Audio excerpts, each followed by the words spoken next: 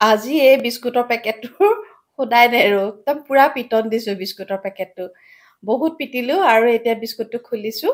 খোলাৰ লগে লগে অলপ টুকুৰা টুকুৰ হৈছে বৰ বেছি নহ'লে কিন্তু এতিয়া খুলি পেলাই আকৌ মই টুকুৰা টুকুৰ কৰিব লাগিব এইখিনি আচলতে আজি মিক্সিত দিয়া হ'লেও হয় কিন্তু মই ভাবিলোঁ মিক্সিত নিদিওঁ নিদিয়াৰো এটা কাৰণ আছে সেইকাৰণে মিক্সিত দিয়া নাই এনেকৈ যিমানখিনি পাৰোঁ গুড়ি কৰিছোঁ আৰু থৈ দিলোঁ আৰু তাৰ পাছতে ল'লোঁ এয়া ডাৰ্ক চকলেট ডাৰ্ক কম্পাউণ্ড চকলেটটো ল'লোঁ লৈ এইখিনি এতিয়া মই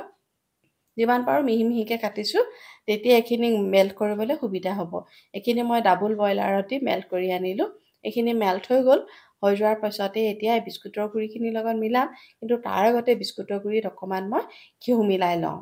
মই এপেকেট বিস্কুট লৈছিলোঁ ন তাৰ লগতে মই দিলোঁ 2 চামুচ গাই ঘিউ আৰু গাই ঘিউখিনি দি লগতে এতিয়া মই এই মেল্ট কৰি থোৱা চকলেটখিনি দি দিম গোটেইখিনি দিয়া নাই অলপ দিম আৰু বাকীখিনি বেলেগ কামত ব্যৱহাৰ কৰিম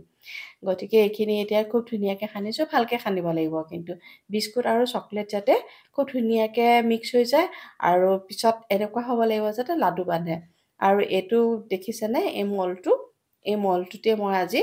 বনাম এতিয়া এই মলটোত মই এতিয়া অকণমান ঘিউ সানি লৈছোঁ যাতে পিছত এই বস্তুখিনি উলিয়াবলৈ সুবিধা হয় গোটেই মলটোতে ধুনীয়াকৈ ঘিউখিনি সানি ল'লোঁ আৰু লোৱাৰ পাছতে এতিয়া এইখিনি এতিয়া বাইণ্ডিং হৈছেনে নাই বান্ধ খাইছেনে নাই এয়া ধুনীয়াকৈ মুঠি মাৰি চালোঁ খুব ধুনীয়াকৈ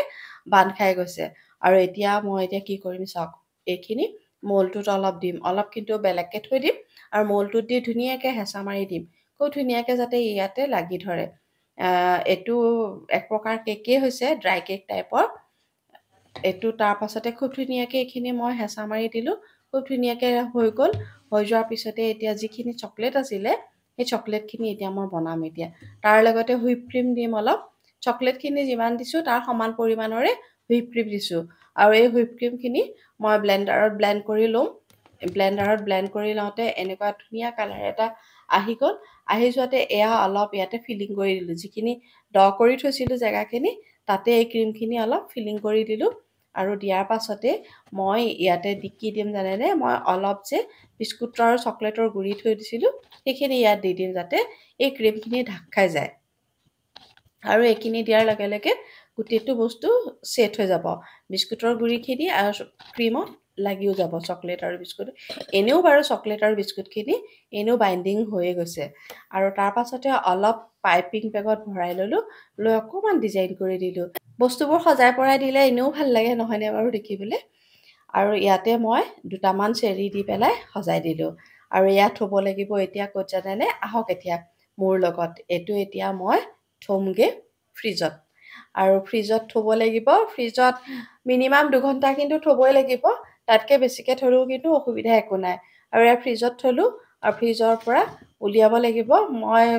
2 ঘণ্টামানৰ পিছত এইখিনি উলিয়াম আৰু খুব ধুনীয়াকৈ ছেট হৈ যাব এইটো এতিয়া উলিয়াই লৈ যাওঁ মোৰ 2 ঘণ্টাতকৈ অকণ বেছিয়ে হ'ল একো কথা নাই বেছি হ'লেও আগদিনা বনাই ফ্ৰিজত থৈ পিছদিনা খালেও একো অসুবিধা নহয় কিন্তু আৰু অকণমান সময় বাহিৰত থ'ব লাগিব যাতে অলপ ঠাণ্ডাটো কমে আৰু মলটো পাই উলিয়াবলৈ সুবিধা হ'ব গিলাচ এটাৰ ওপৰত থওঁতে তলৰ যিখন ৰাউণ্ড মলখন সেইখন এৰাই আহিলে আৰু এতিয়া ডিছ এখনত থৈ পেলাই এইটো এতিয়া কাটিম পিচ পিচকৈ কাটি সকলোৱে এতিয়া জুতি লোৱাহে কথা আজি মোৰ এই ভিডিঅ'টো কেনেকুৱা পালে আপোনালোকে নিশ্চয় কমেণ্ট এটা কৰি জনাবলৈ নাপাহৰিব লাইক কৰিব শ্বেয়াৰ কৰিব আৰু যিসকলে মোৰ চেনেললৈ প্ৰথমবাৰৰ বাবে আহিছে তেওঁলোকে নিশ্চয় ছাবস্ক্ৰাইব এটা কৰি দিব তেতিয়া এনেকুৱা ধুনীয়া ধুনীয়া ৰেচিপিসমূহ আপোনালোকৰ মাজলৈ আহি থাকিব আজিলৈ আহিছোঁ পুনৰ নতুন ভিডিঅ'লৈ আপোনালোকৰ মাজত উপস্থিত হ'ম